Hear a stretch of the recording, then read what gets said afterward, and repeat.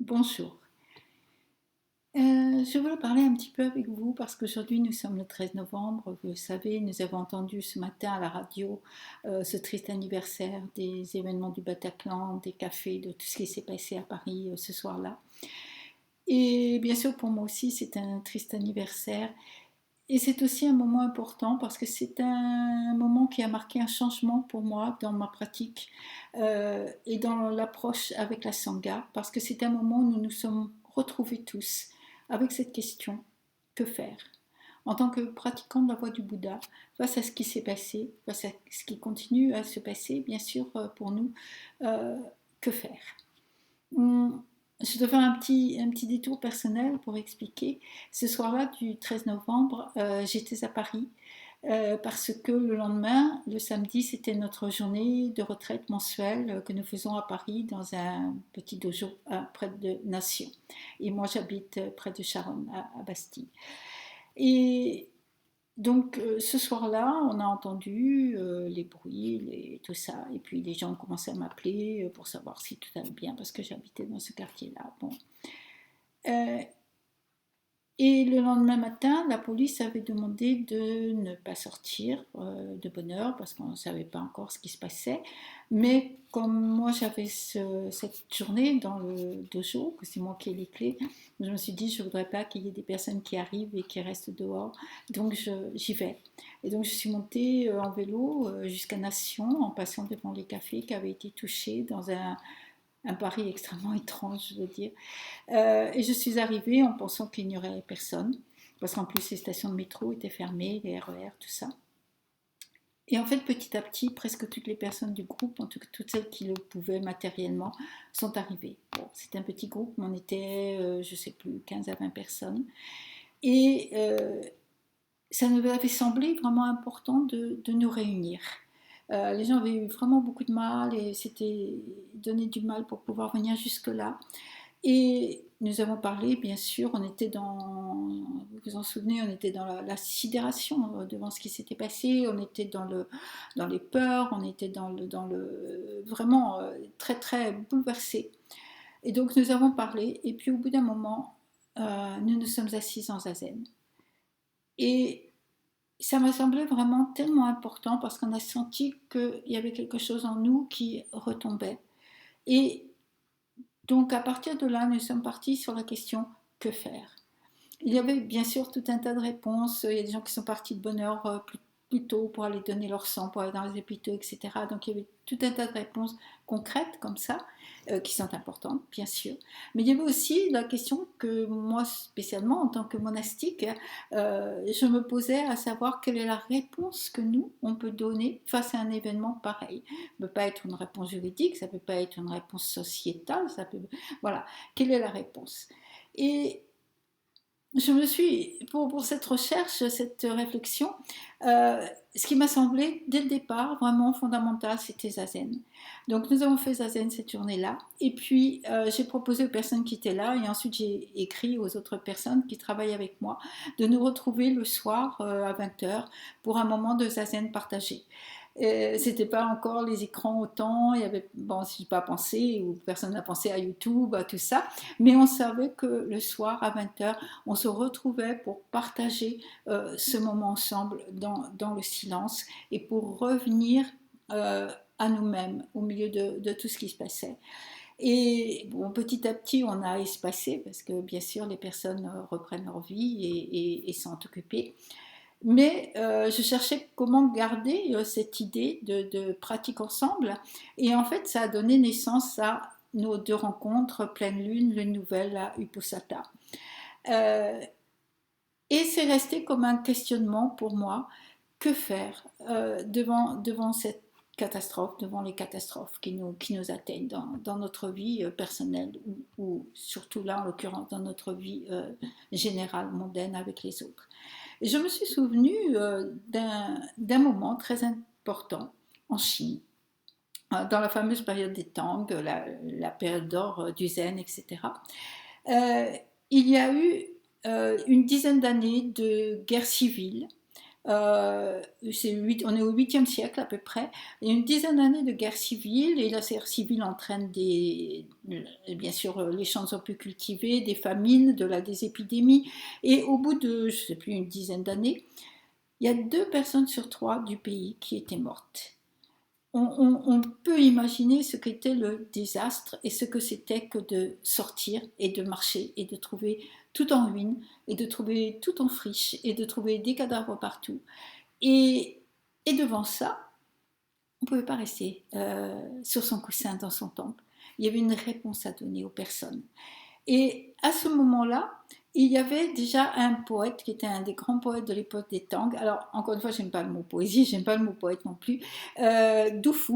Du Fu a écrit des choses extraordinaires sur la guerre, justement, parce qu'il a vécu toute cette période-là, et avec des guerres avant et des guerres après. Et il a écrit des choses extraordinaires sur la guerre qui nous parlent encore énormément, enfin moi qui me parlent encore énormément aujourd'hui. Et dans ce qui m'intéresse, ce qu'il a écrit, c'est les empires s'écroulent, montagnes et rivières demeurent. Alors, c'est pas évident à comprendre tout de suite parce que les empires s'écroulent, on comprend bien. Parce que dans notre vie, il y a plein de choses qui s'écroulent. Elles s'écroulent brutalement, quelquefois. Et puis elles s'écroulent petit à petit, un petit peu comme des grains de sable qui coulent comme ça, à travers les minutes, les jours de notre vie, à travers l'impermanence. Et ça semblait absolument incroyable à cette époque qu'un empire aussi immense, aussi fort, aussi puissant que la Chine puisse s'écrouler. Et nous, ça nous semble souvent incroyable quand quelque chose dans notre vie, comme ça, qui nous semble évident, s'écroule. Et il écrit « Montagnes et rivières demeurent ». Je ne crois pas qu'il faille le prendre au premier sens comme montagne et rivière, mais l'entendre comme ce que représente montagne et rivière dans le Chan et dans le Zen. Parce que les montagnes et les rivières changent également, les rivières s'assèchent, changent de cours, et les montagnes, les montagnes s'effritent petit à petit et finissent par disparaître aussi. Mais montagnes et rivières, c'est ce qu'elles sont. Ça veut dire qu'une montagne, même quand elle change, elle est complètement montagne toujours. Elle réalise toujours être montagne. Elle n'est pas atteinte dans son être même d'être montagne. Et c'est la même chose pour les rivières, qui sont toujours des rivières, quel que soit leur cours, et même quand petit à petit elles disparaissent.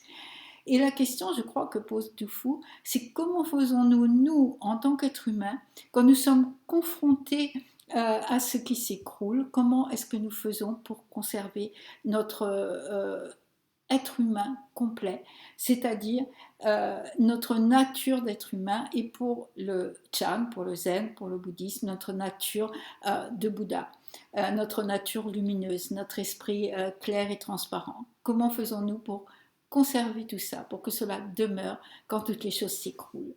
Et je pense que c'était le début pour moi d'une réflexion appuyé sur un texte, je dois lui rendre justice et hommage, d'une enseignante américaine qui s'appelle Johanna Halifax et c'est elle qui a un peu déroulé comme ça cette question pour moi. Donc tout bouge sans cesse, et à cette époque il y a 2 grands maîtres, 2 disciples de Huineng. Huineng, sans doute vous le connaissez, le Sutra de l'Estrade et tout ça.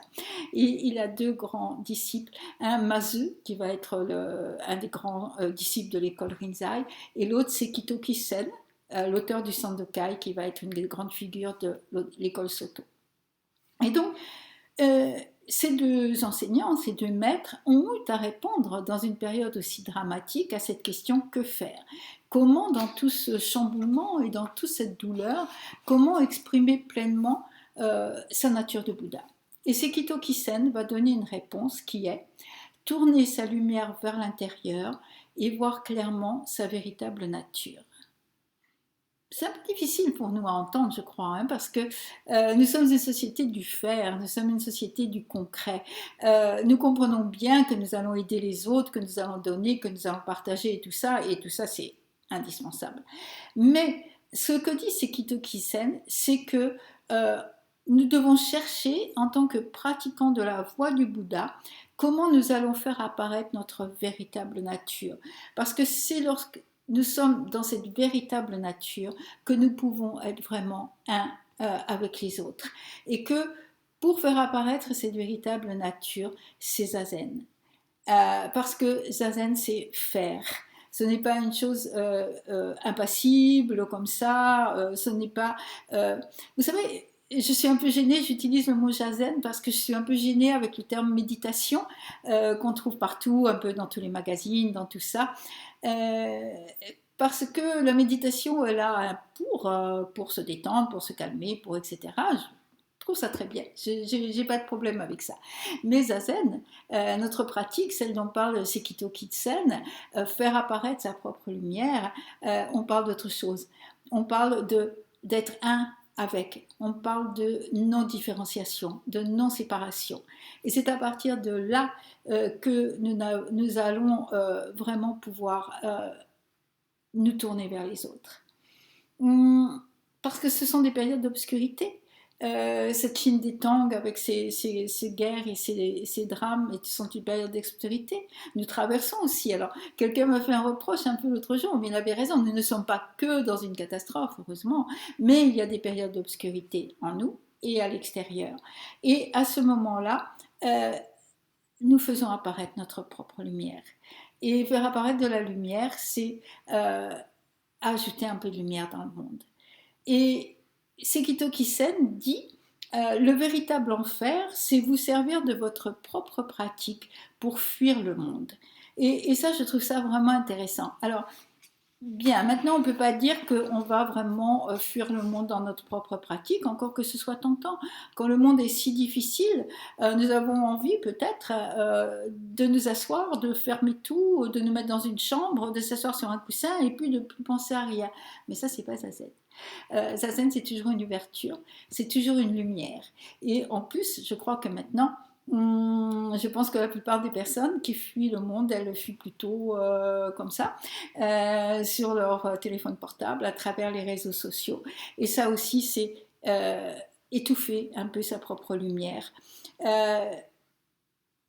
Mazu, donc cet autre disciple de l'école Rizai, dit vous savez que ceci est vous, tout ce qui existe c'est vous. Ça aussi c'est étrange à entendre parce que nous on est extérieur, je veux dire c'est pas nous qui avons fait etc. C'est pas dans ce sens-là je crois qu'il le dit, mais c'est dans ce sens-là de voyez comme vous êtes reliés à tout, vous n'êtes pas séparés du tout. Euh, et ça nous permet je pense ça nous permet, je pense, de donner une réponse juste. Et une réponse juste, j'ai parlé brièvement du juste l'autre jour, et une réponse juste, c'est toujours une réponse pleine de compassion. Et une réponse pleine de compassion, c'est une compassion sans limite. Ça aussi, c'est pas facile, parce que nous comprenons bien la compassion pour la victime, mais une compassion sans limite, c'est une compassion aussi pour le bourreau. Et Thich Nhat Hanh a écrit un très beau poème là-dessus qui dit je me souviens quand j'étais pirate en mer du Sud, voilà, je vous y renvoie. Donc méditer à ce moment-là, ça va être quelque chose que nous allons faire et bien sûr ça va s'accompagner de choses concrètes. Et nous avons là un équilibre qui n'est pas toujours facile à trouver parce que nous avons besoin, je pense, d'exprimer notre propre nature, tout comme la montagne, tout comme la rivière, tout comme les arbres, nous avons besoin d'exprimer notre nature profonde, d'être profondément nous-mêmes avec cet esprit lumineux. Et nous avons besoin aussi, parce que nous sommes des êtres humains, de partager cela avec les autres êtres humains et dans le monde humain. Et c'est pourquoi je voudrais vous donner une autre réponse de Sekito Kisen, qui a continué en disant votre esprit est absolument tranquille, absolument complet, et sa possibilité de répondre aux circonstances est infinie.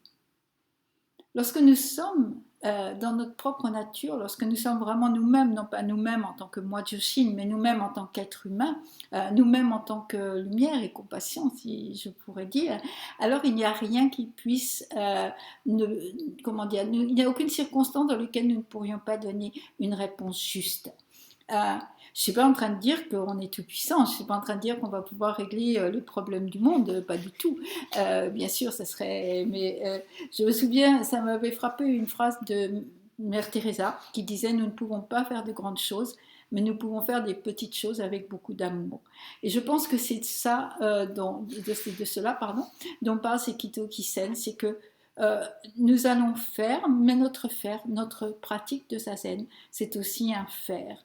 Et le Bouddha, lorsqu'il était marché parmi nous, si je peux dire, n'a pas résolu tous les problèmes du monde, ni toute la souffrance, ni toute la misère du monde. Mais il nous a montré comment alléger ou faire disparaître, dukkha, notre propre souffrance. Et lorsque nous faisons disparaître notre propre souffrance, bien sûr, nous allégeons aussi la lumière, la souffrance du monde et nous y ajoutons de la lumière. Et pour cela, nous avons une histoire qui m'a toujours beaucoup touchée, c'est celle de Pattakara. Pattakara est une femme qui vit à l'époque du Bouddha et elle a perdu son mari et elle a perdu ses enfants dans des circonstances dramatiques et depuis elle erre vraiment comme une folle, elle est rejetée des villages, elle est, voilà, et un jour elle arrive auprès du Bouddha. Et bon, il y a toute une histoire, hein, ils ont du mal à laisser passer, mais le Bouddha va vers elle. Et quand il l'approche, il lui dit cette phrase qui est difficile à entendre, il lui dit: tu n'as pas rencontré la personne qui peut t'aider. Et il lui enseigne le dharma. Voilà, c'est un chemin que nous devons faire. C'est nous qui devons faire ce chemin qui mène à la fin de la souffrance et qui aide comment dire, à faire apparaître et à réaliser notre propre lumière. Mais bien sûr, il y a beaucoup de façons de fuir la souffrance, parce que c'est difficile d'être en face de la souffrance de quelqu'un aussi. Euh, je me souviens dans ma propre famille, quelqu'un a perdu son enfant et elle m'a dit après, le plus terrible, c'est que je me suis retrouvée complètement seule. Personne n'osait aller la voir parce qu'on se disait, je ne saurais pas quoi lui dire. On se disait, je risque de dire des choses qui vont lui faire plus de chagrin et tout. Mais bien sûr, tout ça, c'était faux. Parce que ce qui compte, c'est être là. Voilà. C'est pour ça que, en fait, c'est pas ce qu'on dit qui va être important. C'est d'être là. Et quand il se passe quelque chose, devant la souffrance, devant le chagrin, on n'a pas de parole, c'est vrai. Mais on peut dire, voilà, être là. Et c'est pour ça que j'ai gardé ce mot être là pour nos rencontres du Posata, donc deux fois par mois. Parce que cette journée de Zazen, nous avons pratiqué ensemble le 14 novembre, m'a fait comprendre ou approfondir en tout cas ce que pouvait être Zazen en tant que faire, en tant que pratique, en tant que non-séparation. Que cette journée de Zazen montrait que nous avons à faire du concret, bien sûr, comme tous les êtres, mais nous avons aussi à aider le monde à travers notre propre pratique de Zazen, parce qu'en nous aidant nous-mêmes, c'est tous les êtres que nous aidons. Voici. Donc, c'est tout un chemin qui ne s'arrête pas, comme la voie du Bouddha est sans fin. C'est tout un chemin que je refais un petit peu aujourd'hui, en repensant à cette journée, en repensant à cette réflexion, en repensant à cette... Voilà, c'était en Chine au 8e siècle, c'est aujourd'hui dans de nombreux pays, c'est aussi ce qui se passe pour nous en France. Et cette question que faire, elle doit rester en nous. C'est pas une solution, mais c'est quelque chose en mouvement comme ça, toujours en dynamique. Et heureusement, nous avons Zazen. Et Zazen, c'est la réponse, la première réponse que nous, en tant que pratiquants de la voie du Bouddha, nous pouvons donner. Et ensuite, en tant qu'être humain dans le monde, parce que nous vivons dans le monde, il dit, l'enfer, ça serait de s'enfermer dans notre pratique. Parce que nous vivons dans le monde, nous avons d'autres réponses également à donner. Et là, chacun va choisir sa propre réponse. Voilà, j'avais envie de partager cela avec vous. Merci.